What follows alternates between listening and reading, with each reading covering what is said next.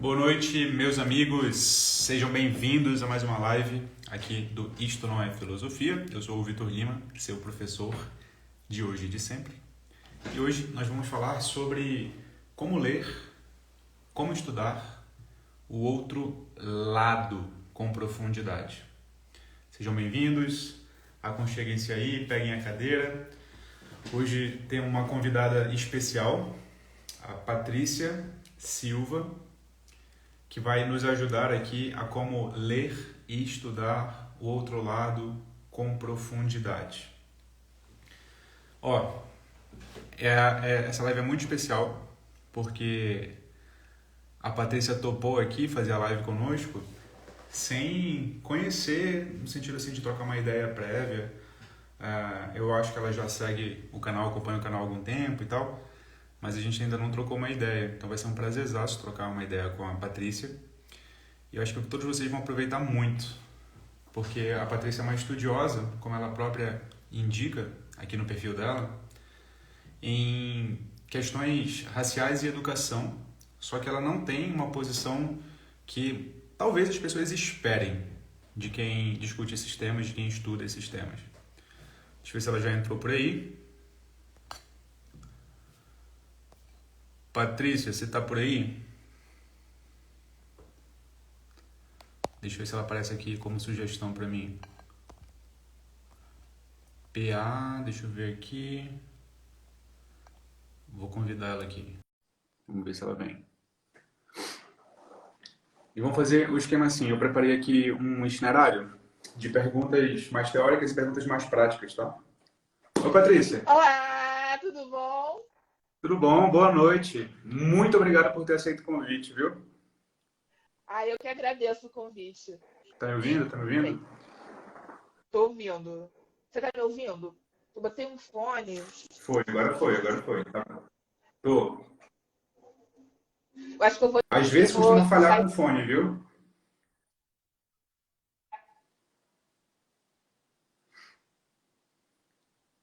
Deu uma falha aí, mas daqui a pouco a Patrícia volta. Enquanto isso, deixa eu... Entrou um filtro. Voltou? Eu tô. É porque eu tava no Wi-Fi. Meu Wi-Fi tá caindo mais que o Neymar, sabe? Tá muito. Gostei da comparação. É. Patrícia, deixa eu te apresentar como você se apresenta lá no Instagram. Aí qualquer coisa você vai reparando, tá? Tá bom. Você vai corrigindo. A Patrícia se apresenta como comunicadora lá no Instagram, como carioca. Carioca é bairrista mesmo, né? Carioca não tem como. Faltou falar o bairro, assim. E católica romana, pós-doutoranda em Sociologia pela UFRJ, e ela pesquisa relações raciais e educação. E se apresenta também como crítica do feminismo.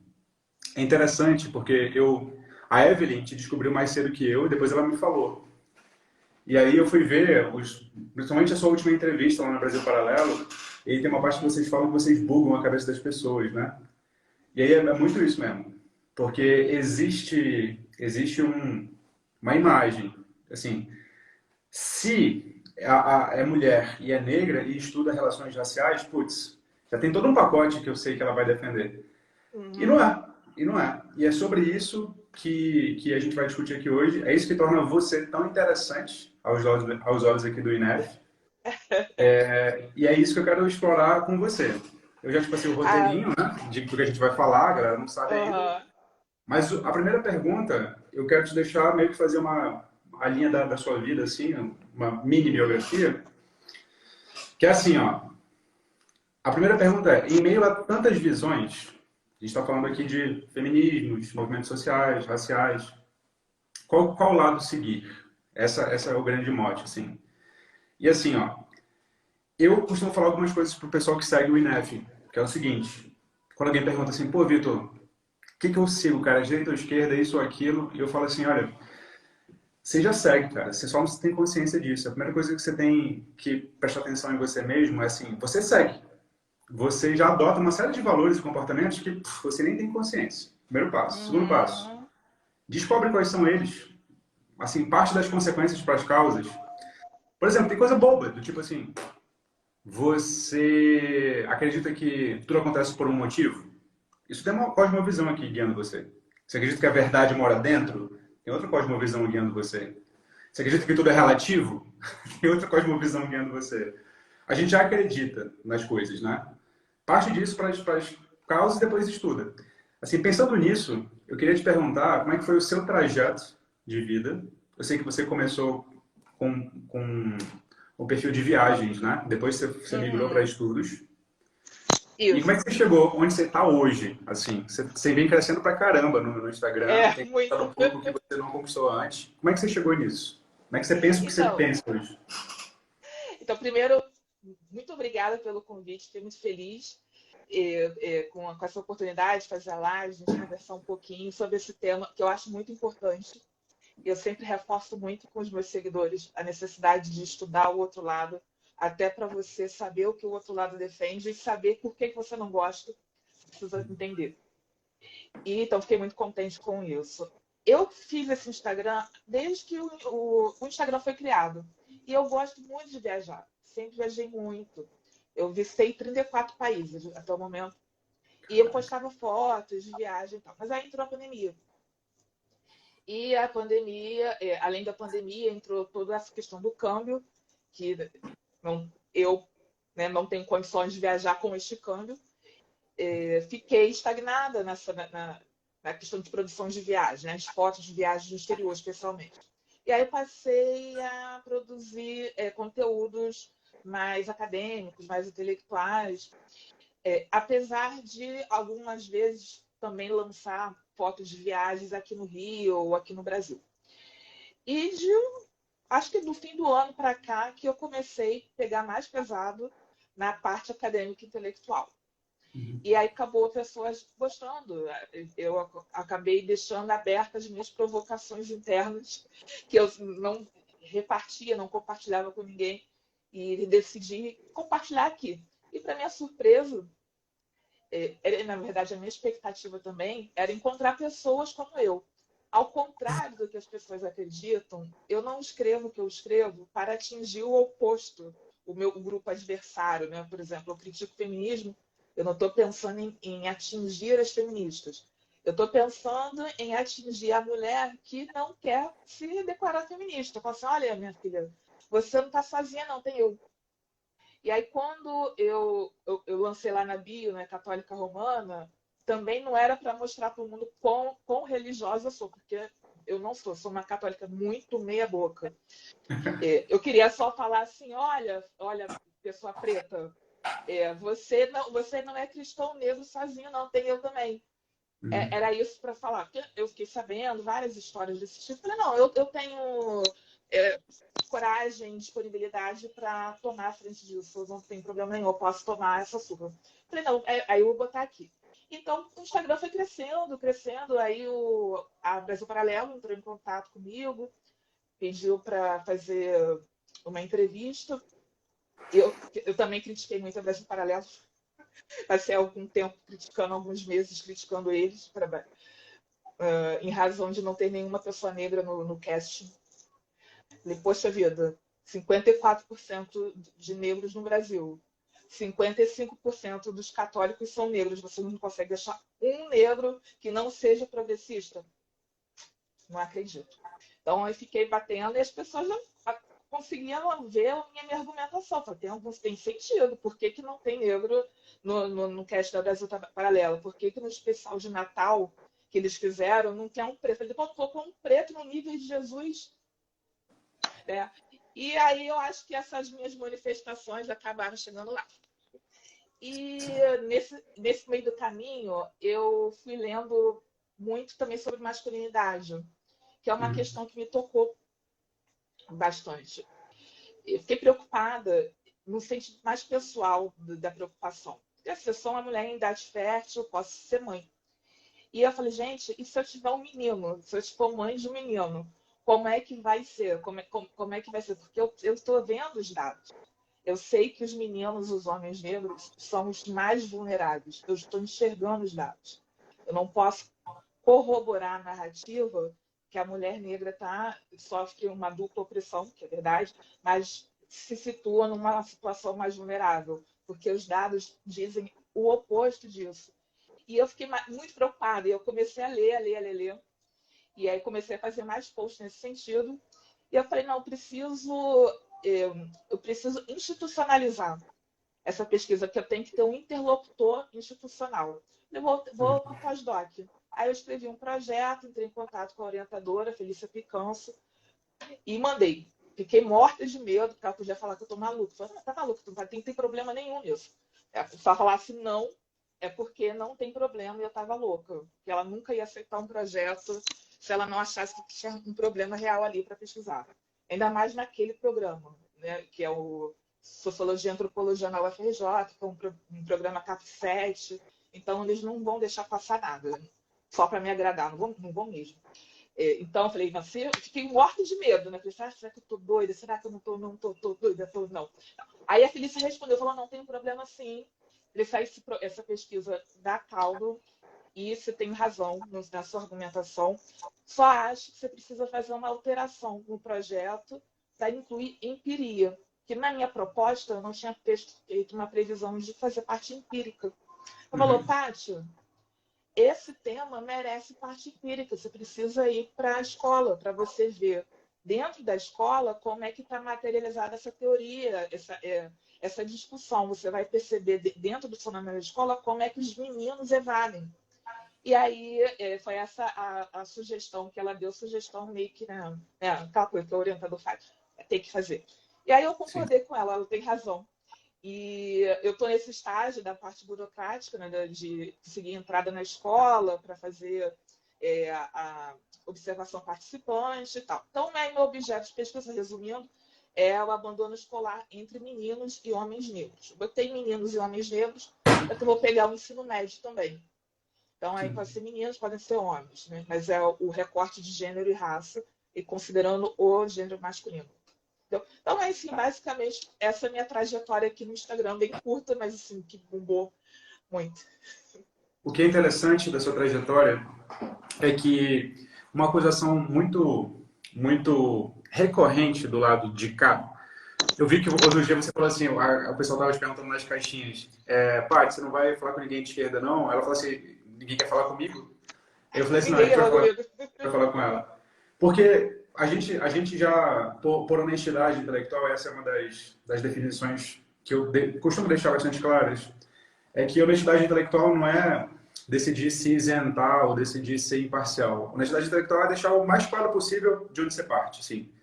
É claro que a gente nunca vai saber todas as variáveis que envolvem o nosso pensamento. A mente humana é muito mais complexa do que qualquer teoria pode abarcar, tudo isso a gente sabe.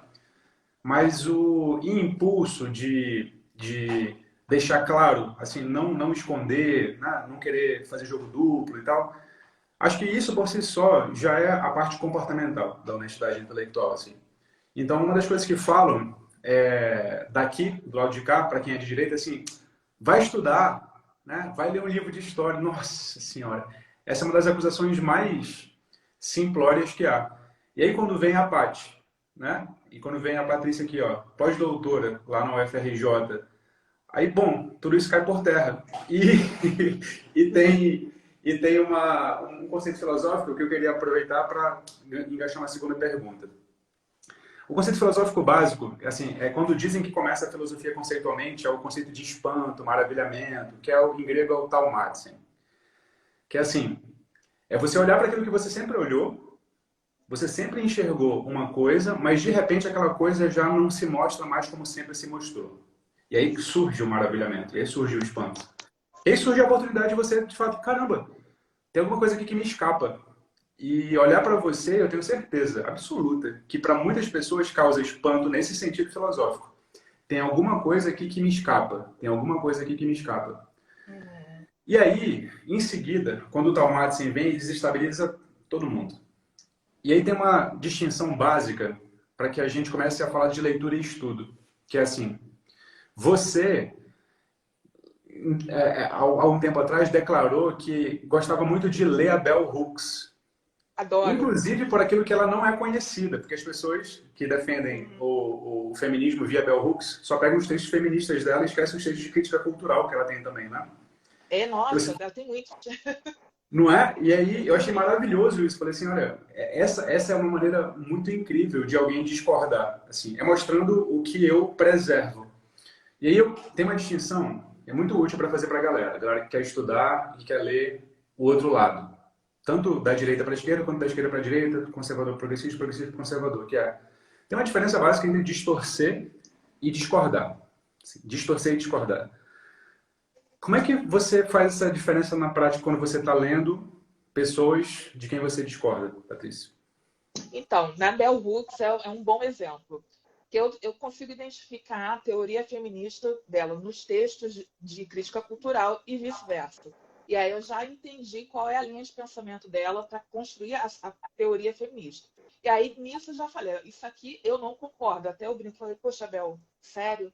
Aí eu fico, poxa, né? Porque eu queria tanto te amar mais ainda, mas por que você está escrevendo isso? Mas eu não estou jogando o resto fora, porque ela é uma pessoa, ela foi uma pessoa. E as pessoas são muito complexas. As pessoas são cheias de contradições. E aí talvez eu acho que ambos os lados não conseguem observar as contradições das pessoas. Ninguém está livre de contradições. Você buscar coerência o tempo todo é um sinal grande de maturidade. As pessoas são incoerentes. E a Bel, ela pode parecer também essa incoerência, mas eu percebo muito como uma busca pela diversidade intelectual. Ela não tinha uma discriminação quanto à origem ideológica do autor de referência.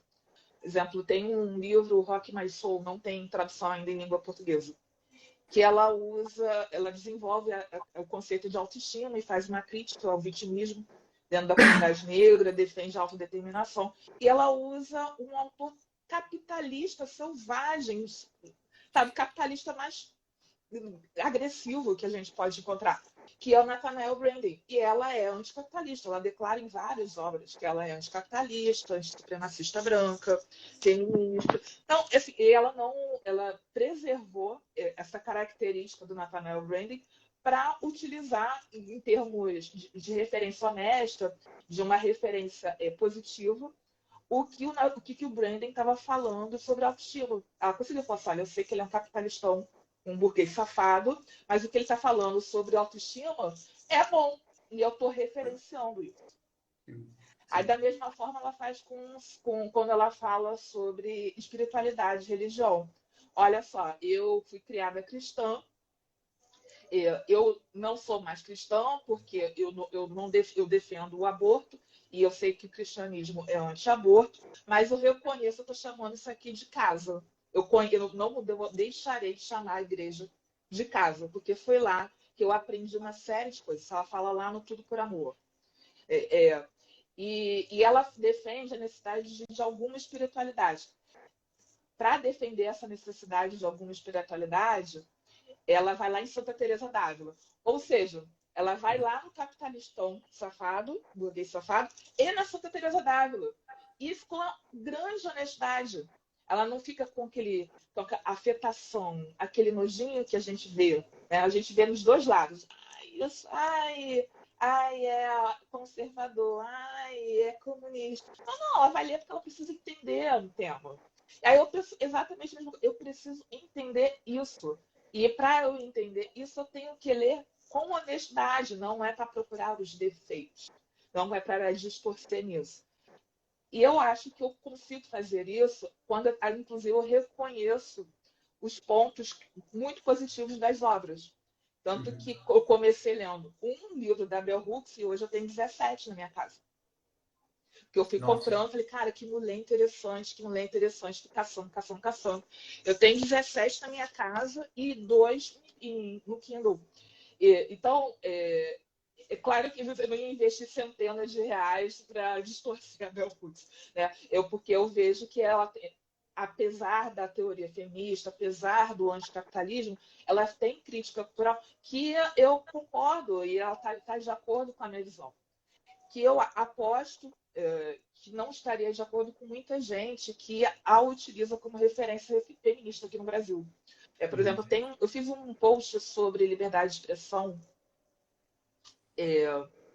e ela, no texto baseado no ensaio da Bell, no livro Outlaw Culture, que ela conta que um livro, Olhares Negros, foi censurado pelo governo do Canadá, o livro dela, na década de 90. E, a partir desse caso, ela faz uma defesa da liberdade de expressão. Exatamente como a gente vê um liberal fazendo. Ela fala que o progressista, na visão dela, e ela se reconhecendo como progressista, deve fazer defesa da liberdade de expressão. E restrita. Ela defende isso e relata. Eu fico muito encantada com a honestidade dela. Ela fala, olha, não, nos meios progressistas, a liberdade de expressão não é defendida com tanta força, né? Então, eu me inspiro muito na Bell Hooks. Eu brinco com os meus seguidores que eu gostaria de ser a Bell Hooks na versão católica capitalista, entendeu? Assim, não feminista. Eu adoraria ser ela, né? Sonhar de graça e sonhar pequeno e grande dá o mesmo trabalho. Então, estou sonhando grande. Exato, Eu quero ser a Bell Hooks católica. Porque eu acho ela Eu, muito incrível. você falou isso cara, isso é muito precioso se as pessoas soubessem. Isso parece ser uma dica abstrata, mas não é uma dica muito concreta, assim, que é, você quer evitar a distorção? Assim, é muito difícil evitar a distorção, mas você quer evitar a distorção? Assim, cumpre esse passinho primeiro, assim. Tenta enxergar antes do defeito a qualidade, assim. Tenta enxergar o que é de bom antes do defeito. Porque a tendência, quando a gente discorda, é já ir direto pro defeito, né? E aí as pessoas confundem muito ter pensamento crítico com falar mal. Exatamente. Eu costumo dizer assim, pensamento crítico não é ser cri-cri não, galera. Pensamento Não é. crítico é pensar com critério, é diferente. Critério. Exatamente. Uhum. Então, o negócio é, para você ter critério, você precisa, assim, ó, dedicar um mínimo de tempo se o seu objetivo é se posicionar sobre aquele assunto. Porque também tem a seguinte questão, assim, ó. A galera fala assim, pô, Vitor, mas eu preciso ler tudo agora com profundidade? Assim, cara, na real, não. Porque a vida é muito maior do que o seu conhecimento vai conseguir abarcar. Sempre. A realidade é maior do que o conhecimento humano, sempre o será. Nós somos seres limitados por natureza. Na prática, a gente decide o que vai dedicar atenção e o que não vai. Né? A gente tem que ter algum filtro para o que o Schopenhauer chamava de arte de não ler. Assim, tem que ter também a arte de não ler. Porra, isso aqui eu não vou ler não, porque porra, não me interessa, tem o meu caminho é outro e tal. Uhum. Tem que ter isso. Você não precisa ler para saber se você quer ou não. Mas você precisa ler para saber se você discorda ou não. É diferente. Né? Essa é a questão. Uhum. Essa é a questão. Agora eu queria ir para uma coisa mais teórica, Paty. Uhum.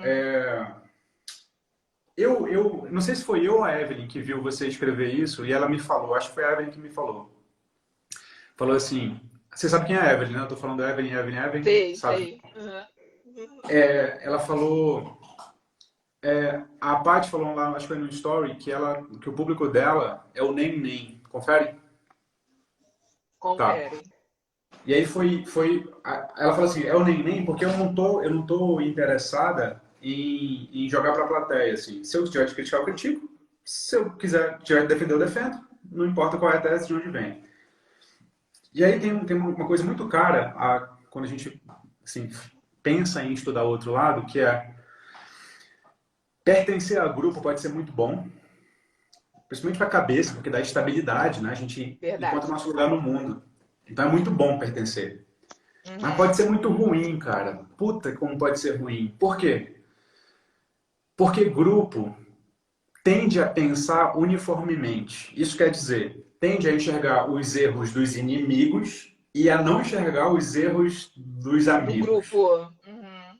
Exato. Então, me conta um pouco sobre por que a sua decisão de falar para o Nem Nem e se você concorda que pensar em grupo pode emburrecer, de certo modo. Pode.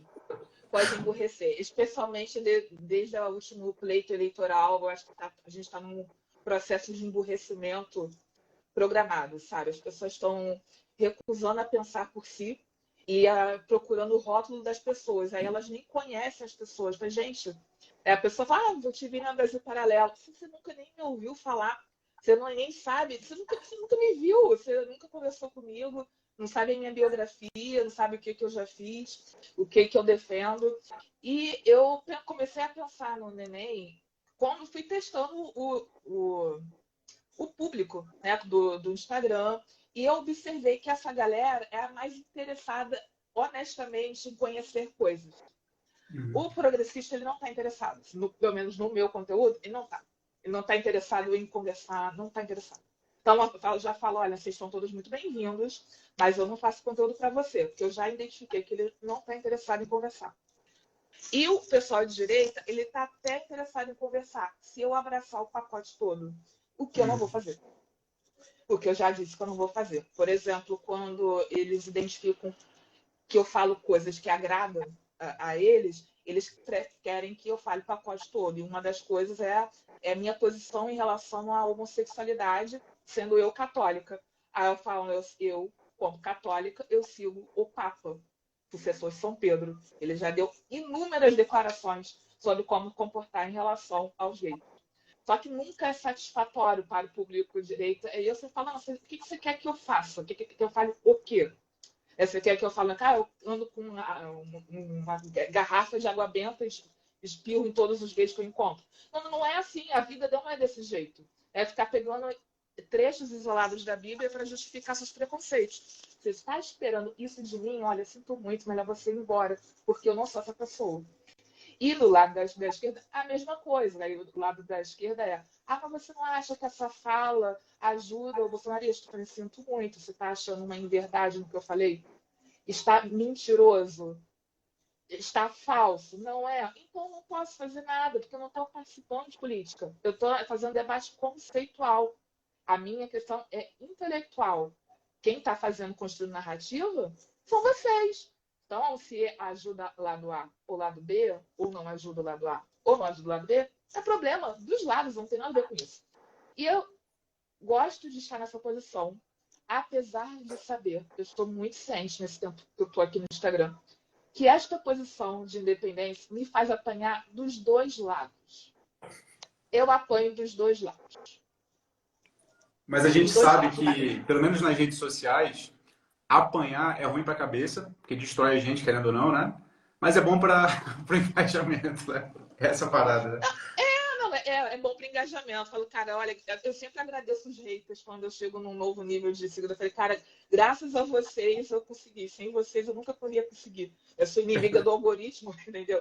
Eu sou blogueira full time, então eu publico quando eu tenho tempo do meu trabalho, eu tenho um trabalho real. Aí eu sou inimiga do algoritmo. Então, graças aos haters, eu consegui chegar para isso. Muito obrigada. Sem vocês seria impossível. Então, mas eu prefiro manter, que é a única posição honesta que eu posso ficar. Não é possível eu assumir um lado para agradar a plateia. Nunca vou fazer isso. Em hipótese, não me vejo fazendo isso, Vitor. Eu não me vejo fazendo isso. Nunca na minha vida. Tanto assim, olha, eu tenho ideias muito próximas ao conservadorismo, ao liberalismo, mas eu defendo de forma muito firme cotas raciais, por exemplo. Sim. E uma coisa que eu defendi a minha vida inteira. Quando teve a primeira leva de cotas, na turma de cotas, eu estava lá na frente da UERJ, xingando pessoas que eram anticotas, mas eu estava xingando porque eu tinha 16 anos e eu não era muito esperta. Mas hoje em dia eu não faria isso, não recomendo que ninguém faça. Tá Mas desculpada eu pela estava idade. lá. Tá desculpada pela idade. Pode deixar. Eu tinha 16 anos. Hoje eu encontro os professores que eram contra cotas, aí eu finjo que eu era uma pessoa super legal, como eu sou hoje. Entendeu? Mas eu xingava as pessoas. Entendeu? Eu xingava as pessoas e tal. E é uma pauta muito clara para mim. E que eu não pretendo abrir mão para agradar um público que é conservador liberal. A pessoa, o público conservador liberal que está comigo sabe que eu sou pró-cotas raciais. E assim permanecerei. Não abrirei mão de pauta antirracista. Assim como o pessoal que está comigo, que é progressista, sabe que eu não serei feminista e não serei anticapitalista. Se a pessoa não quiser tolerar esta característica minha, ela vai embora, ela não é obrigada a me seguir. Ninguém é obrigado a seguir. Se alguém for obrigado, eu falo, eu já falei uma vez, se alguém está te obrigando a me seguir, me avisa que eu vou lá falar com a pessoa para te liberar desse sacrifício. Entendeu? Porque não é assim. E, Vitor, essa minha trajetória de crítica ao feminismo começou muito com uma resposta de hater mesmo, sabe? Eu fiz um post sobre feminismo que é um consenso acadêmico, todo mundo sabe disso. E eu achei que, assim, eu acho que na verdade era tão bobo, entendeu? Mas foi um escândalo, as pessoas ficaram iradas. Eu falei, olha, o feminismo ele é excludente com mulheres, negras e pobres. Qualquer acadêmico concorda com isso. Ninguém vai discordar disso. É verdade. historicamente é. Foi só isso que eu falei. E aí foi um escândalo, e aí eu fui xingada de várias coisas. E aí veio uma pessoa e falou assim para mim, uma feminista, você é feminista querendo ou não. Aí eu falei, como assim, querendo ou não? Aí eu falei, não, eu vou estudar, eu vou ler o que elas dizem que leem, para ver onde está escrito que que toda mulher é feminista querendo ou não. Aí eu fui lendo, eu comprei os principais livros sobre feminismo e fui lendo um por um, um por um. Aí primeiro eu me deparei com a Bell Hooks, que ela já começa abrindo o capítulo assim. Nenhuma mulher é feminista só porque é mulher. Tem que ser escolha e ação. Então, assim, já bateu o primeiro argumento. Não é. Aí quando eu falo, olha, também não dá para ser feminista e cristã. Assim, não tem nada a ver. Dá para ser sim. Tem os católicas para decidir. Eu falei, não. Aí a Bell Hooks vem. Você não pode ser anti-aborto e feminista ao mesmo tempo. Ponto. Aí também tem a Patrícia Hill Collins, quando ela fala assim, olha, nenhuma mulher negra deve aceitar a definição de outra pessoa, porque tem um conceito de autodefinição. Então, você não pode dizer para mim que eu sou feminista sem saber. Você tem que respeitar. Se eu estou falando que eu não sou. Então, você está desrespeitando o conceito central do pensamento feminista negro. Então, você não leu o feminismo. Você não sabe. Que a Patrícia Hill Collins discorda dessa compulsoriedade que você está entregando. E aí eu fui um por um. Falei, olha, então você não está lendo feminismo. Você está militando uma outra coisa. Que vai ter o direito teu, mas não é feminismo. É uma outra coisa que você está fazendo. Você não conhece a história do feminismo. E aí, com esse avanço, eu fui ficando mais... absorvendo mais conhecimentos ainda sobre feminismo. Minha posição era bem mais básica. Com a leitura, a minha posição ficou muito mais profunda, entendeu? A minha posição era só aquela básica. Eu falei, não, gente, é o que a Angela Davis fala no Mulher, Raça e Classe, era só isso. Aí, com o avanço da leitura, eu ganhei muito mais fundamento para ser contrária, para não me considerar feminista. E aí comecei a postar mais. Então, acabou que os haters, né, do feminismo me colocou no jogo e acabou dando às antifeministas uma boa aliada. Porque se eu sou uma pessoa estudiosa, gostando ou não, ele acabou dando uma boa aliada. E aí foi desse jeito que acabou acontecendo para mim, né, as coisas. Eu tô pensando, você tá falando, de fato, esse discurso existe mesmo, assim, olha, você, para ser feminista, basta ser a favor do direito das mulheres. Esse é o discurso, né? Porque é o discurso que convence todo mundo. Você é a favor da igualdade entre homens e mulheres? Sim. Então você é feminista. Ah, tá, entendi. Só que não é bem assim, né? Porque é a mesma coisa que dizer você é católico porque você acredita em Deus. Não, tem mais coisa envolvida em ser católico do que só acreditar em Deus, né? E às vezes as pessoas defendem algumas teses que elas nunca pararam para estudar. Acho que Não, para nenhuma. pegar Assim, olha, filosofia. olha, Vitor, eu acho que eu não vejo exatamente um problema na pessoa defender uma tese sem parar para estudar por inocência e tal. Eu acho que o maior problema é a reação agressiva.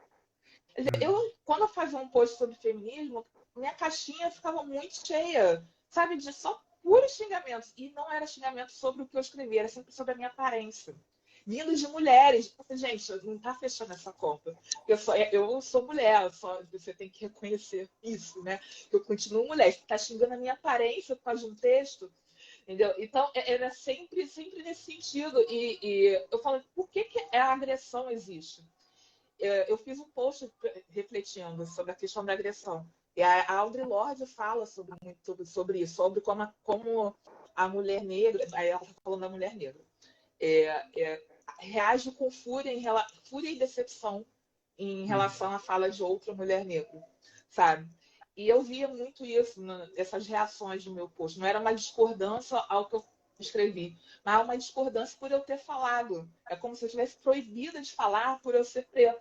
Assim, não, olha, o que está escrito ali que é inverdadeiro? O que está escrito ali que não é fundamentado? O que é? Mas não era essa objeção. A objeção é que eu falasse. Você não fale porque vai dar munição para o outro lado. Só que eu não estou em guerra. A questão é que eu não estou em guerra. Eu estou aqui na produção intelectual. Eu tanto não estou em guerra que a feministas que eu tenho amizade, pessoas que me conhecem pessoalmente, né, e sabem que eu não sou monstruosa, são minhas amigas, na verdade, eu ainda falo, olha só, tem uma questão aqui que você pode discutir. Olha, eu indicando, né, para feminista, olha aqui, tá vendo? Isso aqui você pode discutir isso aqui, entendeu? Porque eu não sei disso aqui, você pode ver. Porque eu estou interessada no debate intelectual, no debate, no puxar. Não é meu interesse participar de guerrilha política. Não vou participar. Eu me recuso a participar. Eu sempre recebo convite para live de candidato. Aí tem candidatos que gostam de que eu escrevo, aí que acham que eu estou comprando um pacote inteiro. E eu nunca aceitei de ninguém, e eu pretendo não continuar aceitando, que eu quero manter a minha independência de poder criticar quem eu quiser. E não quero estar me vinculada. Isso é incompreensível para grande parte das pessoas, em grande medida porque eu acho que as pessoas que mais fazem sucesso, talvez, pelo menos nos últimos anos, né, dessa crise aí polarizada que a gente vem vivendo, nos últimos 10 anos, pelo menos, as pessoas que se destacam são as pessoas que são muito aguerridas a um lado, né? E talvez seja por isso. Talvez estejam precisando de mais pessoas como você, né? Ganhar fama mesmo, para que as pessoas vejam representatividade. Caramba, é possível, olha, é possível não ser totalmente de um lado não de outro, sem ser um completo, sei lá, né? Apagado, alguma coisa assim. Não, mas eu acho que o político, na verdade, ele já está pensando em me colocar num lado, sabe? Mesmo querendo ou não, porque ele identificou algumas falas, alguns escritos que endossariam já o pensamento dele. Só que, assim, eu sou muito politicofóbica, não tenho interesse em participar desse debate, não me interessa mesmo. Não estou interessada. Não é o meu perfil, não é a minha vocação, não tenho vocação política, então eu prefiro não me meter. A minha vocação é outra. Eu gosto mais do exercício intelectual, da provocação intelectual, assim, de ir atrás da informação, de ir caçando a informação. Isso de construir narrativa com a informação não é minha vocação, então, portanto, não participarei. Entendeu? Faz sentido. Deixa eu te perguntar uma coisa, voltando aqui para como você faz assim no dia a dia. Tem um conceito filosófico, que é o conceito de epoché, foi inaugurado lá pelos céticos, né? O pessoal lembra do mundo antigo, lembra só do estoicismo. Mas, competindo com o estoicismo no mundo antigo, tinha o ceticismo, o epicurismo e o cinismo. Eram 4 modos de encarar a vida que levavam ao mesmo resultado, que eles chamavam lá de tranquilidade, paz de espírito, ataraxia. Olha só que interessante, a gente precisa tanto disso hoje. A resposta dos céticos para alcançar essa paz de espírito, essa tranquilidade, essa ataraxia, era justamente suspender o juízo. Suspender o juízo. Assim, é você entender que para algumas questões, principalmente as questões difíceis da vida, assim, velho, não tem resposta mesmo não. Ou seja, tem gente defendendo isso aqui, tem gente defendendo isso aqui, mas assim, na real, nenhum deles é convincente totalmente. O que não quer dizer que o cético, isso é muito interessante também, fosse alguém que fosse um relativista, assim, né? Dissesse tudo vale. Porque quando eles vão falar como eles agiam e não mais como eles pensavam, teoricamente, eles falam assim, olha, a gente age conforme os costumes e as leis. Por quê? Porque é o mais prudente a ser feito, assim. A gente precisa sobreviver. Tenho certezas? Nenhuma. Mas eu vou deixar de agir? Não, eu vou agir. E é por isso que os céticos também são a raiz do conservadorismo, né? Do pensamento conservador em política. É justamente essa posição conservadora, né? Assim, olha, eu ajo conforme os costumes e o que está consolidado, não porque eu decida que isso aqui é certo em absoluto, mas porque é mais prudente. E se for para mudar, mudemos devagar. Essa era a posição cética, a suspensão do juízo. E ela continua hoje sendo uma posição metodologicamente, assim, muito recomendável para qualquer pessoa que queira ficar no âmbito do conceitual, das ideias, do mundo intelectual. Assim, suspenda o juízo até você de fato ter condições para se pronunciar. Só que, pergunta de aluno, professor, eu entendi, mas e como é que eu faço na prática? Assim? Porque, assim, tu viu no Instagram, aqui nos stories, né? Vitor, eu fui ver lá o perfil da Paty e tal, e eu vi que ela gostava do Jordan Peterson, e ela estava no Brasil Paralelo, e aí eu falei, cara... Acendeu o farol amarelo já. Acendeu o farol amarelo e tal. Paty, eu queria que você fizesse uma confissão, se você tiver vontade. Ah. Tipo, que pessoas, assuntos te causam farol amarelo? E como é que você faz para respirar e entrar? Casos de aborto, que eu vejo que é uma comoção enorme, e casos de violência sexual. Eu sempre espero, que eu não acredito em nenhum dos lados, sempre espero, sempre acho que tem mais coisa, mais elemento. As pessoas reagem com muita paixão, os dois lados. Então, Uhum. teve um caso da menina no Sul, que primeiro a denúncia foi que ela foi estuprada, depois foi soube que era um relacionamento consensual entre duas crianças. E eu desconfiava que aquilo ali tinha alguma coisa que não estava encaixando. E aí é uma coisa que eu não dou opinião nenhuma, eu aguardo, assim, para ver o que tem. E também, porque, honestamente pensando, eu me solidarizo com os pais da menina. Com a menina, obviamente, mas com os pais da menina, qual decisão você tomar? É muito mais fácil eu de fora achar que a decisão correta é o que eu defendo. Mas só que eu tenho que pensar com o que os pais estão passando. Então, eu prefiro não emitir opinião nenhuma, que nada do que eu falar nessa situação vai ajudar. Eu acho que vai só incendiar coisas e não é meu trabalho. E também nem é minha pauta. Eu tenho uma pauta específica aqui nessa página. E falar da liberdade sexual, eu falo quando tem uma conexão com relações raciais, objetificação da mulher negra, do homem negro. Mas fora disso, eu não vou explorar, não vou entrar em caminhos que eu não conheço. Eu prefiro falar, não sei. Bom, como pessoas perguntam sobre LGBT para mim, pauta LGBT. Eu não sei. Eu nunca me dei o trabalho de ler nada. Então, eu falei, não, eu não sei o assunto. Eu queria tanto uma pessoa que nem você para falar sobre. Eu não conheço, mas se conhecer, eu te falo. Mas eu não sei, eu não pretendo estudar esse assunto, também não falarei sobre. Entendeu? Então, eu tomo esse cuidado. Com assuntos sexuais, quando é de mídia, eu fico com a mais prudência que eu tenho, a maior prudência que eu tenho, eu fico sempre com o pé atrás, sabe? Não, os dois lados reagem com muita emoção. E eu acho imprudente reagir com emoção quando é caso real, não é um caso hipotético, não é uma situação hipotética de aborto, que se eu sou contra o aborto, no caso, tem uma pessoa envolvida, tem uma família envolvida, tem tanta coisa envolvida para a gente ficar opinando e fazendo bandeira, que eu acho inadequado, eu acho um posicionamento inadequado. E eu falei, não, vou ficar. E até na época desse caso da menina, eu vi que o Bruno Garchardi teve o mesmo posicionamento. Eu falei, então não tô doido também. Que ele é um conservador, ele é um conservador aspiro. Falei, bom, ele teve a mesma postura que eu de aguardar antes de comentar qualquer coisa. Falei, então eu tô no caminho mais ou menos certo. Eu Entendeu? acho que Então, são temas que me tocam. Oi? essa postura do, cara, olha só, tem alguns temas que eu não sei, assim, e eu nem sei se eu vou saber, não. Grande É, parte das pessoas quer saber, né? Assim, não, isso daí é assim, ó. Isso daí eu já entendi como é que tá funcionando. Isso aí deve ser. Calma, cara. Né? Você não sabe o que deve ser. Você não sabe, não faço a menor ideia. não faz a menor ideia. Eu faço a menor ideia, faço a menor ideia do que acontece. Aí essa pessoa fala, você acha do pronome neutro tem uma opinião. Eu falo, eu não uso, porque eu prefiro seguir a regra da língua portuguesa. Mas agora, sobre a dinâmica do ativismo, eu não faço a menor ideia, nunca me deu o trabalho de ler o assunto. Então, eu não vou opinar, não vou participar disso. Eu não posso participar, né? Vou entrar com o peito aberto numa discussão que eu não li um parágrafo. Aí eu prefiro me reservar, entrar de peito aberto, onde eu sei que eu posso apanhar, e apanho, como eu já vi, em discussão que eu tenho domínio. Né? Então, eu não tenho esse tesão em me meter em assunto que eu não sei. Ou quando pergunta de política, eu falo, gente, olha, tem tanta gente política para vocês perguntarem, que se perguntou para mim, eu já estou aqui admitindo que eu sou uma alienada política, ou politicofóbica, ou, entendeu?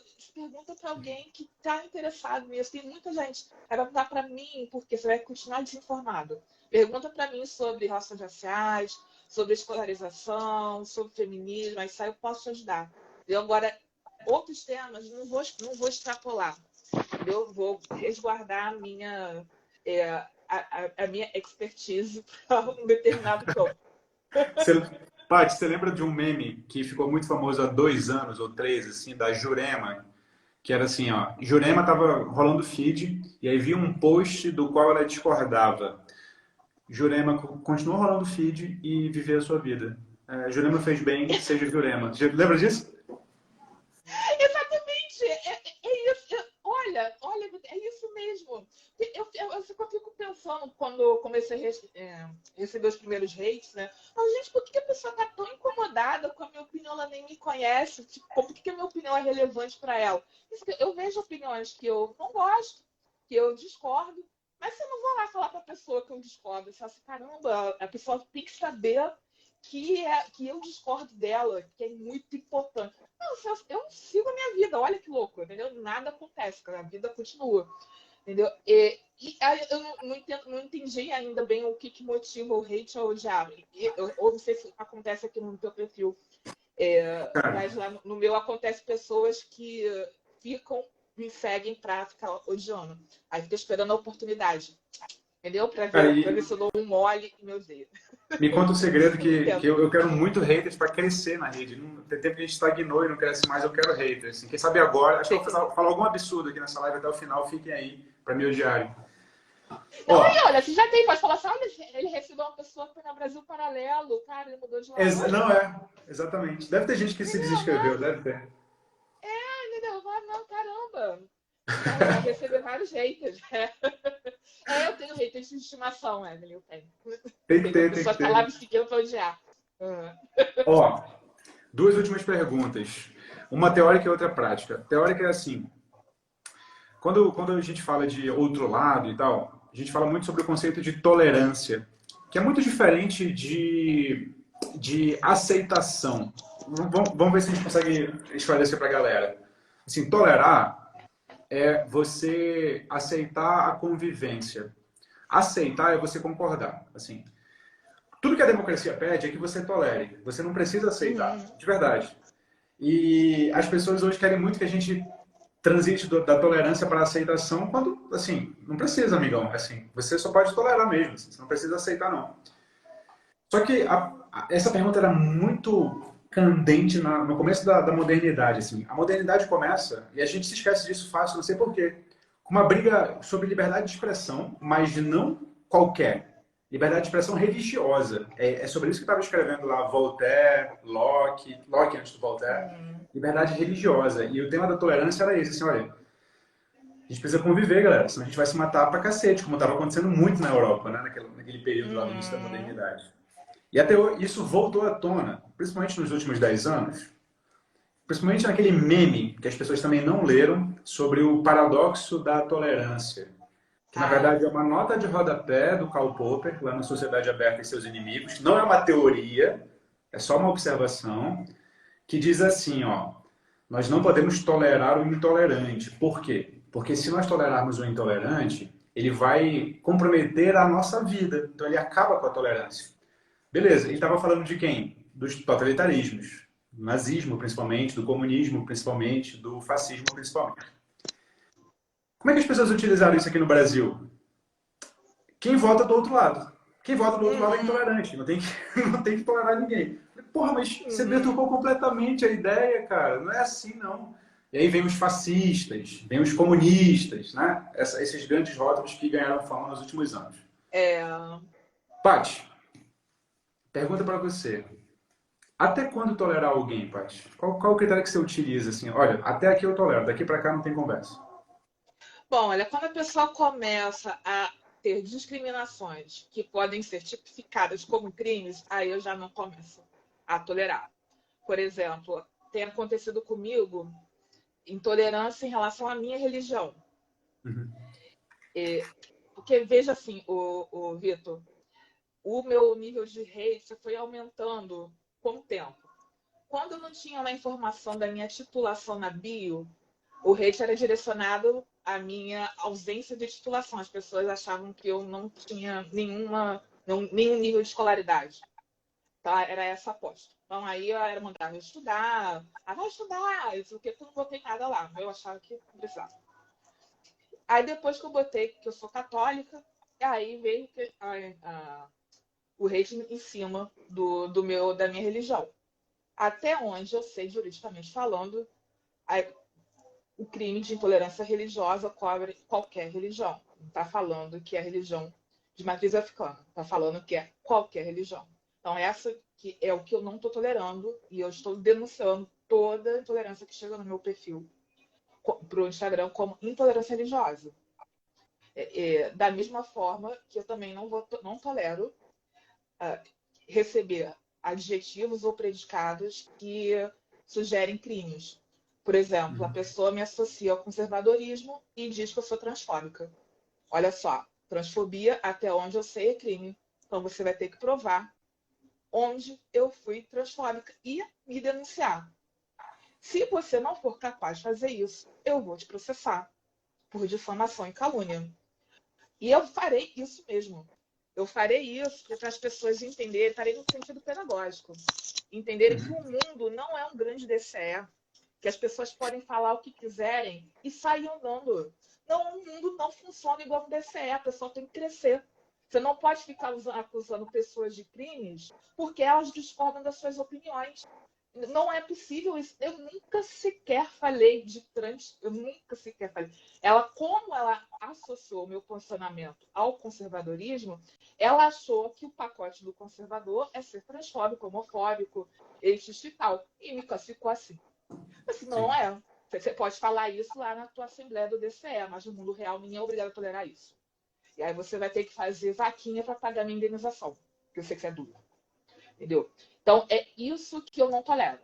Agora, assim, demais, a discordância que aparece para mim, muito pouco, e discordância mais no sentido de xingamento, que eu acho um pouco infantil, bem bobo.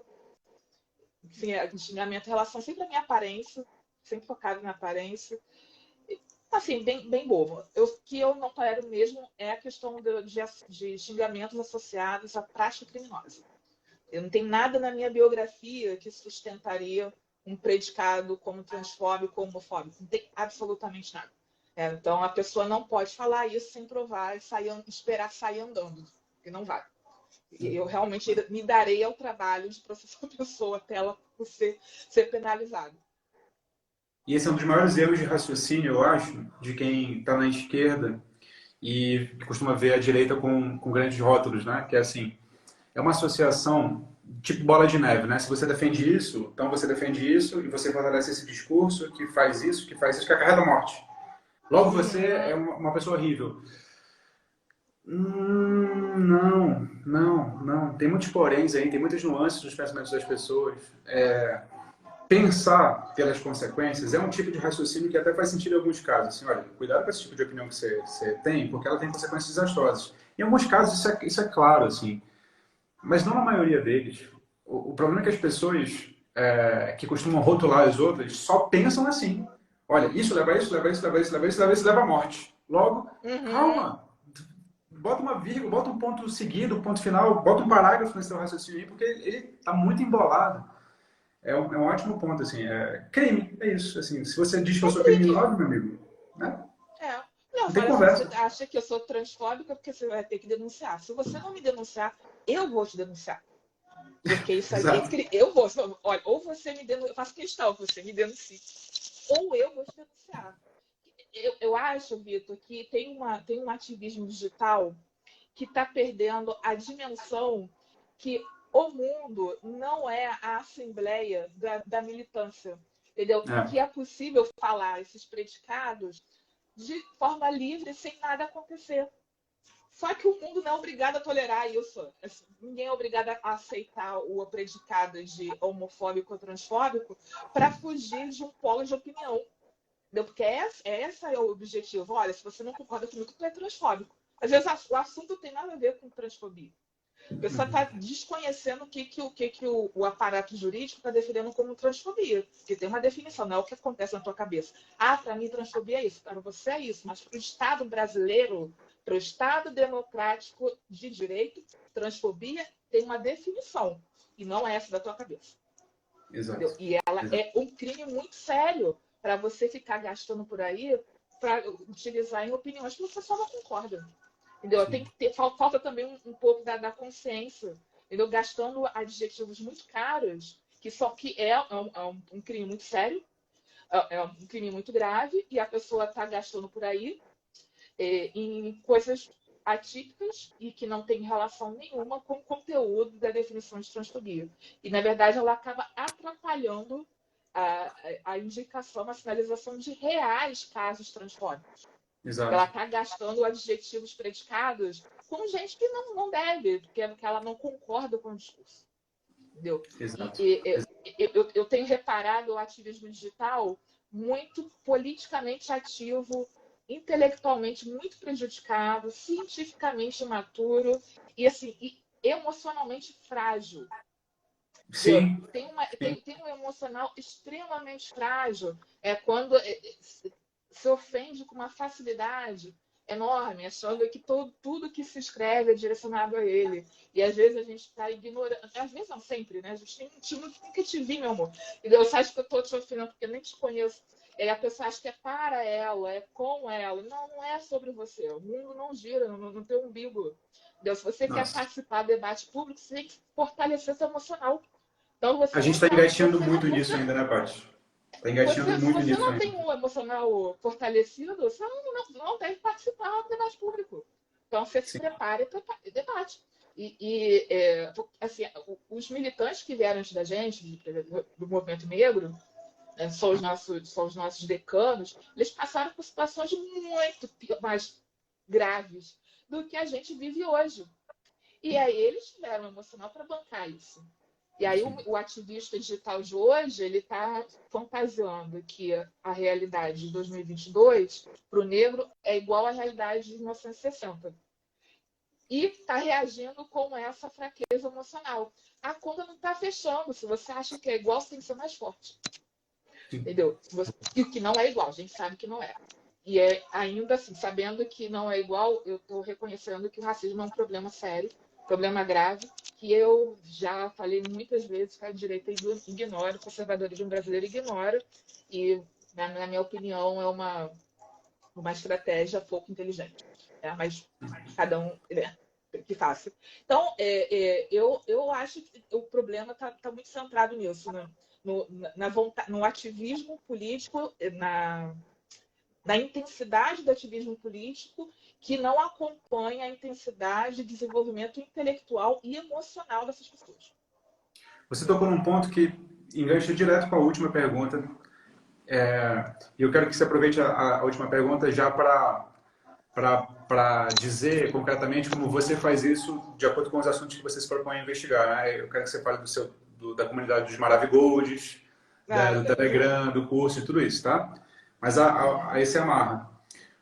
A última questão tem a ver com essa introdução no debate público. Grande parte das pessoas procura temas de feminismo, né, de pautas raciais e tal, porque está interessada em saber o que é tudo isso, para conversar, né? São assuntos assim que, a depender do núcleo que você participa, você precisa saber, porque senão ou você fica calado, ou você fica passando raiva, né? Falando coisas que você não e tal. Então as pessoas querem participar, então elas querem se pronunciar, mesmo que elas não sejam uma intelectual como a Paty, que vai se dedicar a ler livro pra cacete, a fazer um pós-doutorado. Mesmo assim elas querem saber, né? E a pergunta é assim, Paty, como é que você direciona as pessoas que te procuram para formar opinião sobre esses temas que você sobre os quais você fala? Eu vou dar o meu modo, aí eu quero que você dê o seu. Tá O bom. modo que eu costumo dizer aqui para a galera é assim, ó. Tem 3 conceitos filosóficos que eu gosto muito e que são muito práticos para direcionar caminhos, assim. A primeira coisa que tem que se fazer para ter opinião sobre alguma coisa é se deixar por ela e espantar. Assim, é admitir que você não sabe tudo sobre ela ainda. Que deve ter alguma coisa que te escapa. Que é o que a gente falava antes, né, do Talmadsen, do espanto, do maravilhamento. Se você já entrar num assunto, assim, dizendo assim, olha, esse assunto eu sei, então, cara, dificilmente você vai falar alguma coisa interessante. Espanto. Segundo, a tal da suspensão do juízo. Enquanto você estiver estudando, assim, faz um esforço para não emitir juízo, ou pelo menos não confunde o seu juízo com aquilo que a coisa é de fato. Porque eu sei que a gente pensa sobre as coisas, a gente projeta os nossos preconceitos, isso é normal. Segundo passo é suspender o juízo enquanto você está estudando. Terceiro passo. Esse passo para mim, assim, é o mais importante. Tem um conceito da filosofia do Hegel, que é Aufhebung em alemão, mas a gente pode traduzir para suspensão. O movimento da realidade é dinâmico e ele sempre se coloca por uma afirmação, por uma negação e por uma negação da negação. Essa negação da negação, o Hegel chamava de Aufhebung, e ele dizia uma coisa muito interessante dela, que dá para aplicar a argumentação. Que é assim, olha, quando esse terceiro momento da realidade se dá, acontece uma tripla coisa. Acontece uma negação, acontece uma conservação e acontece uma elevação. Ou seja, nega o que estava antes, conserva aspectos dela e eleva. É bacana pensar, tem um exemplo que um autor lá do Sul, o Cirne Lima, chama assim, pensa no eu, tu e nós. O eu é a afirmação, o tu é a negação e o nós é o Aufhebung. Por quê? Porque o nós é a junção dos dois, não é? É. Então ele conserva os dois, não conserva? Conserva. Mas ele também nega os dois. Por quê? Porque os dois não fazem as mesmas coisas que eles faziam individualmente. Eles deixam de fazer algumas coisas. Eles se comportam de modo diferente. Mas eles também se elevam. Por quê? Porque eles passam a fazer coisas que sozinhos eles não eram capazes de fazer. Então é uma conservação, é uma negação e uma elevação. E assim pode ser tudo se a gente quiser. Sempre que você for se posicionar, faz um esforço argumentativo para conservar o que você falou que fazia com a Bell Hooks. Para negar algumas coisas que para você não fazem sentido e para tentar elevar, né? Para tentar ir à frente, para tentar dar contribuições que não estavam lá. Assim, se você fizer essas três coisas, ou pelo menos se você se esforçar para fazer essas três coisas, assim, eu te garanto que a sua opinião vai ser muito mais interessante do que opiniões que só vomitam preconceitos ou que só colocam o fígado para fora, né? Eu costumo dar essa etapa. Agora, vem teu jabá aí. Como é que você faz lá com os Maravigold? Olha, basicamente a mesma coisa, só que sem esse requinte filosófico que só um filósofo tem. No caso, a versão caipira do que você acabou de falar. Mas, versão modesta, uma versão suburbana do que você acabou de dizer. Eu acho isso o movimento mais natural de estudo. Foi o que eu fui treinada academicamente a fazer. E me causa estranheza não ver isso. Que as pessoas evitam. Me causa de verdade, Vitor, assim, nem é brincadeira. Eu fui ensinada desse jeito. Os meus professores na UF, quando eu tinha 17 anos, eles me ensinaram a fazer pesquisa desse jeito. E eu acho que é o correto. Não é você ficar julgando o livro pela capa, você se antecipar, se deixar dominar pelas suas paixões e impedir de desenvolvimento seu melhor julgamento. Então, eu falo isso tanto no Instagram quanto lá no Maravigold. E lá no Maravigold é uma comunidade mais fechada, é um grupo de WhatsApp que eu posto toda semana conteúdo sobre feminismo. E eu tenho focada no aspecto do feminismo e relações raciais. Todo mundo sabe, já conhece, que eu faço crítica ao feminismo. Então, é um conteúdo crítico e, claro, tem toda a bibliografia com conteúdos feministas. Eu acredito que a gente só pode criticar alguma coisa lendo aquela coisa. Não adianta você querer criticar alguma coisa lendo só quem também criticou. É o que acontece muito no meu perfil. Muitas antifeministas já vem essa, eu li a Campanhola, muito bom, acho ótimo livro. Ela fez uma excelente obra, apesar da crítica que eu fiz ao livro dela, que mantém as pessoas entenderam que eu fiz uma crítica à pessoa dela, mas, enfim, eu mantenho a crítica. Mas ela leu a obra, leu a produção feminista para emitir aquele livro. Ela não foi do nada. Você pode ler como uma orientação, mas se você quiser desenvolver uma crítica própria, você tem que fazer o percurso, pelo menos, similar ao que ela fez. E lá no Maravilhoso eu falo do meu percurso. Para essa pessoa, tem gente que eu estou observando lá no grupo que a gente está tentando, está fazendo o percurso que eu fiz. Por exemplo, eu comecei lendo a Bell Hooks.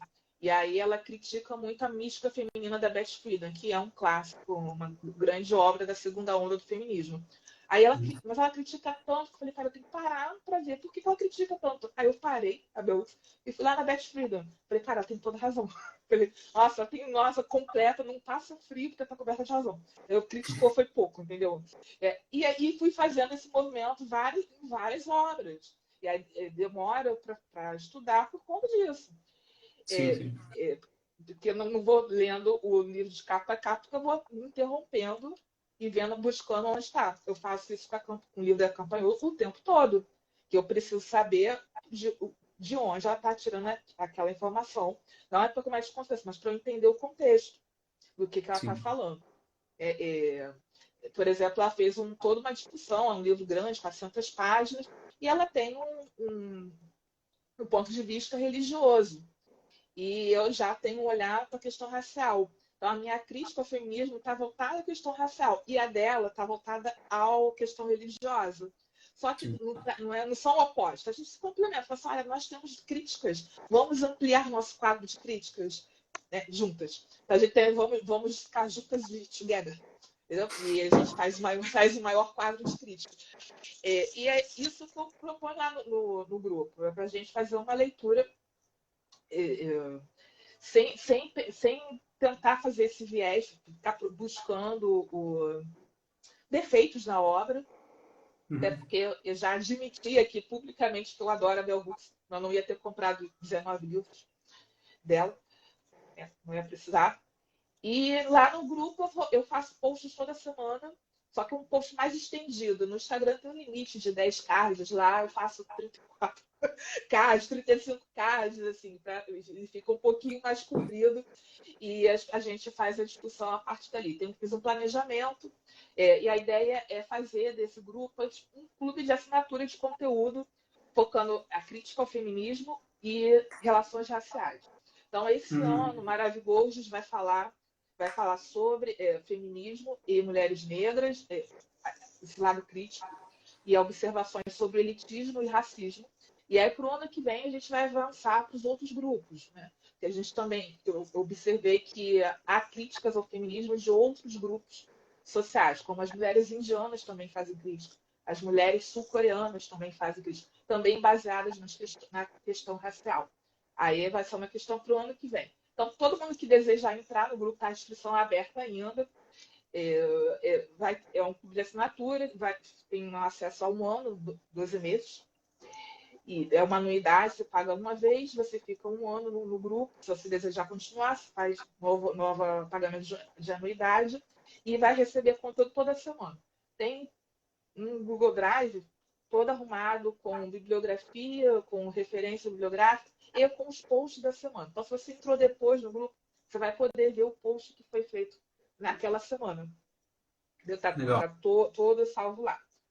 Então, a ideia é que eu criei o grupo também, sabe, Vitor? Além da ideia de arrecadar fundo, que eu quero escrever um livro, porque eu já estava percebendo que eu ia chegar na parte 96 do passado racista do feminismo, que eu estava assim, parte 1, parte 4, eu cheguei na parte 5 no meu feed. Não posso estar só falando sobre isso no meu vídeo, eu tenho que explorar outros assuntos. Não, eu vou criar um grupo que aí quem estiver interessado nesse tema vai estar lá sabendo que a gente vai chegar na parte 98 do passado racista do feminismo. E aí a tônica do grupo é mais ou menos essa. O Telegram, ele é mais um grupo de diverso, ele não tem um planejamento como o Maravilhoso, como o WhatsApp, porque o WhatsApp é um grupo de estudo, é um clube de assinatura de conteúdo. Então, eu faço um planejamento e faço uma previsão de conteúdo que pode aparecer de surpresa, que eu acho que vale a pena para dialogar com o conteúdo principal. E quando a gente chegar lá nas mulheres negras, feministas negras, com certeza vão aparecer muito mais conteúdo surpresa do que eu estou colocando hoje. Tanto lá no Google Docs tem indicações de leituras das feministas, eu organizei feministas, antifeministas, feministas negras, e aí eu fui colocando temas que são importantes para entender pontos centrais das obras das feministas negras. Por exemplo, autoestima, o vitimismo, autodeterminação. Aí eu fui indicando conceitos chaves e onde encontrar texto sobre esse conceito-chave. Então, tá lá. Então, olha, modéstia à parte, esse arquivo, só esse arquivo já vale entrar no grupo. Porque quem dera, todo mundo que começasse a estudar o feminismo se deparasse com um arquivo desse. Porque a gente vai aprendendo sozinha e é complicado estudar o feminismo. Entendeu? É muita mulher, sabe? Muita coisa. nome, sabe? Mas, gente, e aí tem uma discordando da outra, o que está acontecendo? Entendeu? Sim, sim. Por que elas estão falando mal uma da outra? Então, aí, assim, já lá, só esse arquivo já dá para dar um entendido do que está acontecendo. Entendeu? Você já começa a entender o que ganhou. Entendeu? Deixa eu te Então, perguntar. até o dia 5 de setembro está aberta a inscrição do Até dia clube de 5 de setembro. assinatura. 5 de setembro. Tá. E no dia É só ir no seu 26 perfil, clicar lá, tá o link lá. tem o link da bio. Isso, tem o link da bio. Tá.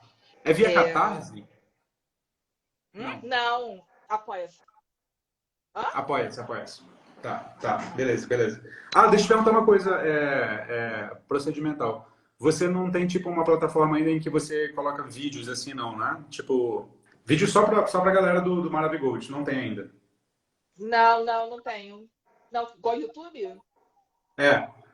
Não, olha, o YouTube, se eu tiver algum dia canal no YouTube, gente, é porque eu fiquei rica.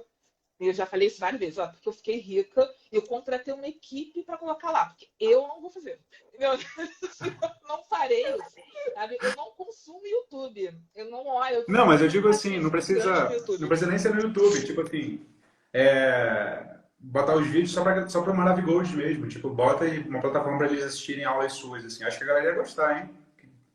Não, eu acho também. Eu estou pensando nisso pro Maravigoso. Lá eu mando muito áudio, que aí as meninas vão. A maioria é menina. Tem meninos também, mas como a maioria é meninas, eu estou me dando a liberdade para meninas.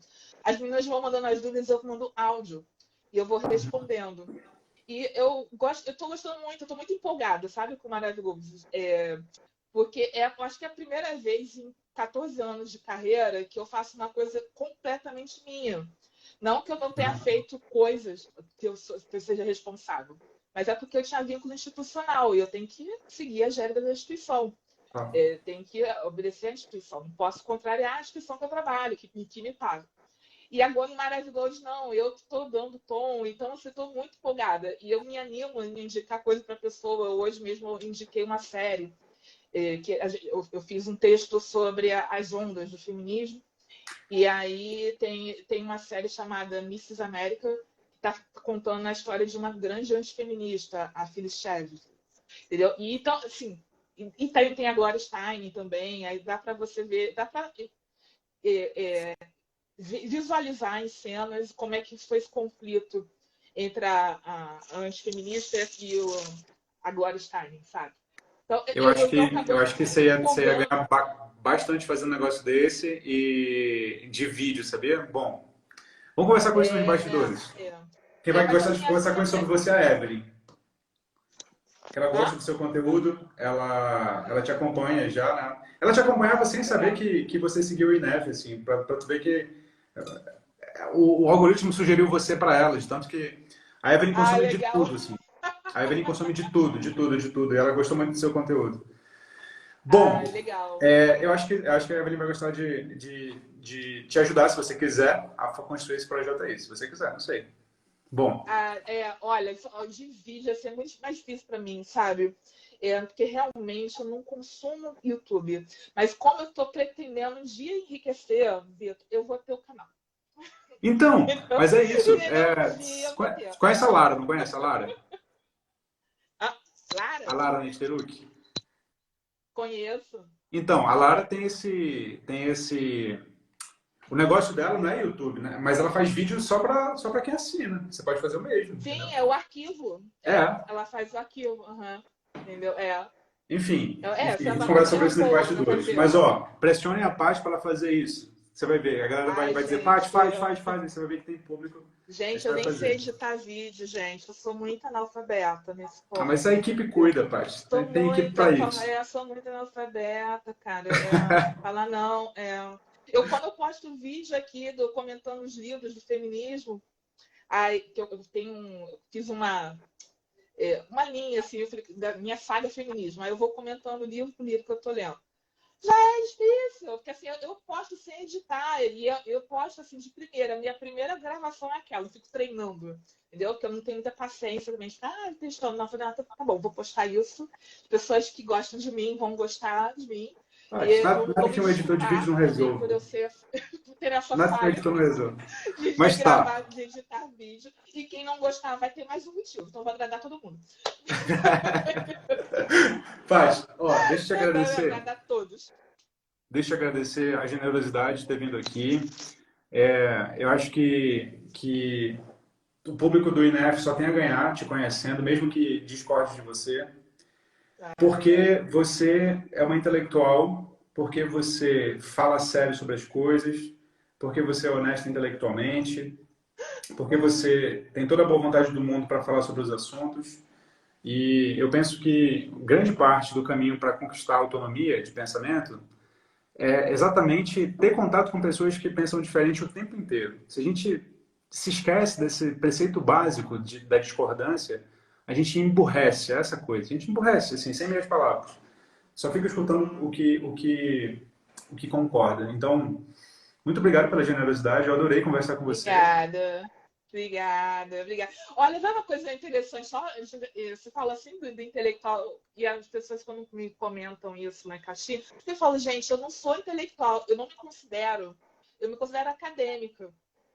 Porque, e não é porque eu considero ofensivo, não, não. Eu não quero ofender os intelectuais. Entendeu? Não é ofensa, não. É uma grande honra que eu pretendo ser um dia. É que eu sempre penso, cara, intelectual é uma pessoa de muito alto nível. E eu só fiz doutorado, não é um alto nível, né? Você fez um curso. E eu sou ainda muito jovem, tem muita coisa ainda para desenvolver em mim. Eu já observo desde do término do doutorado, terminei há 7 anos. Agora, um avanço enorme. Imagina quando estiver mais velho. Então, quando mais velha, eu vou poder ter esse status. Acho que no momento eu sou uma acadêmica. Eu pretendo ser uma intelectual muito boa um dia, entendeu? Mas eu acho que esse termo deve ser guardado para quem merece usar, sabe? O termo Mas, intelectual. mas é aquela coisa, assim, tem alguns títulos que não adianta a gente se dar, quem dá é os outros, né? Os ciclos de É, consagração social são tanto mais efetivos quanto mais longe eles estiverem do referente. É uma citação ali do Bourdieu. Ou seja, fala que você é boa, não pega nada, você é parte interessada, né? Não é você que fala que você é boa, é, é quem consome o seu conteúdo e tal. Mas eu é, entendi, eu entendi. é. Eu também penso um pouco como você, assim. Espero ficar velho, depois você me chama de filósofo, você É, me chama de, né? né? É, Espero criar você vê, barba a gente está branca e muito tal. novo ainda, né? A gente tem tanta coisa para apanhar, assim, tanta hate Exato. para receber, entendeu? Entendeu? Aí dá tempo, sabe? A gente chegar a ser Sueli Carneiro, entendeu? Sueli Carneiro, intelectual, entendeu? Pô, tem uma Exato, exato. trajetória. Paty, para terminar, aí eu Hum, prometo você dá a última palavra e eu só fecho aqui o vídeo. tá, joia. Isso aqui, vou dar uma de Abujan agora, é um espaço muito livre, assim, você pode dizer o que você quiser. Diga alguma coisa que você sempre quis dizer e que ninguém nunca te perguntou.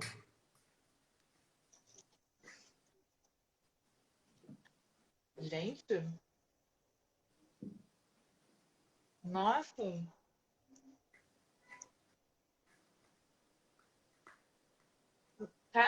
nossa, não sei. Olha, eu tô achando que eu acho que eu já falei tudo o que eu quis dizer. Gente, eu não sei. Meu Deus, e agora? Olha, eu acho que pode ser assim. Pode ser que a questão, olha, você não precisa ter um lado, você não precisa escolher um lado. Você, às vezes, tem um esforço enorme para escolher um lado político. Você quer estar enquadrado, você quer estar ambientado, quer estar enturmado. E aí você se sente na obrigação de escolher, porque alguém falou que você precisa. A verdade é que você não precisa, tá? Pode continuar vivendo a sua vida sem escolher um lado, você pode decidir questões por questão, questão por questão. Fala assim, isso aqui eu sou contra, por favor, isso aqui não tem opinião ainda. Não ter opinião ainda é válido, você está ainda refletindo sobre determinado assunto. Então não precisa correr para emitir uma opinião para agradar um grupo. Você não precisa agradar o grupo. Essa vontade de agradar o grupo é mais adolescente. Um adulto, ele já escapou dessa vontade. Deveria, pelo menos, escapar dessa vontade de agradar o grupo. Então, eu acho que é isso. Paty Silva, senhoras e senhores. Obrigado, Paty. Obrigada. Tchau, Tchau, tchau. gente. Obrigada. Valeu. Boa noite.